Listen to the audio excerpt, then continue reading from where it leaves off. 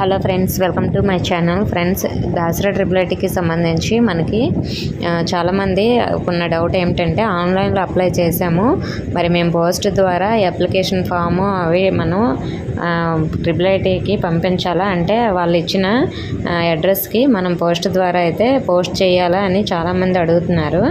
అలాగే కొంతమంది పంపించమని చెప్తున్నారు. మేము నెట్ సెంటర్లో అప్లై చేస్తే మేము స్పెషల్ కేటగిరీ కాదు కానీ నార్మల్ కేటగిరీ అంటే జనరల్ కేటగిరీ కానీ మేము కూడా పంపించాలని చెప్తున్నారు అని అడుగుతున్నారు. దానికి సంబంధించి నేను ట్రిపుల్ ఐటీ వాళ్ళని కనుక్కున్నాను. సో వాళ్ళ నుంచి వచ్చే ఆన్సర్ ఏమిటంటే, సో మరి NCC, sports, cap, PSG, pH category ఇలా ఏదైనా స్పెషల్ కేటగిరీ సర్టిఫికేట్ ఉంటే వీళ్ళు మాత్రం తప్పకుండా పోస్ట్ చేయాలండి.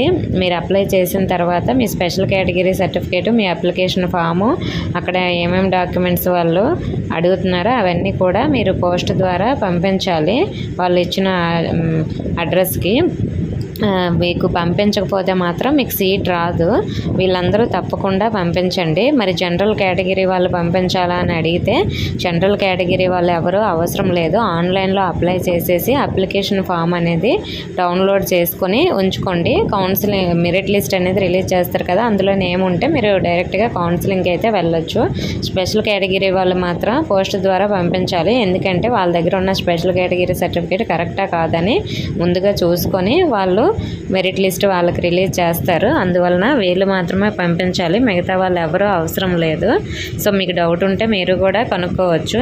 ఓకే ఫ్రెండ్స్, ఇంకా ఏమైనా డౌట్స్ ఉంటే కామెంట్ చేయండి. ఇన్ఫర్మేషన్ వస్తే వీడియోని తప్పకుండా లైక్ చేసి మీ ఫ్రెండ్స్కి కూడా షేర్ చేయండి. మన ఛానల్ని సబ్స్క్రైబ్ చేసుకోండి. Thank you for watching.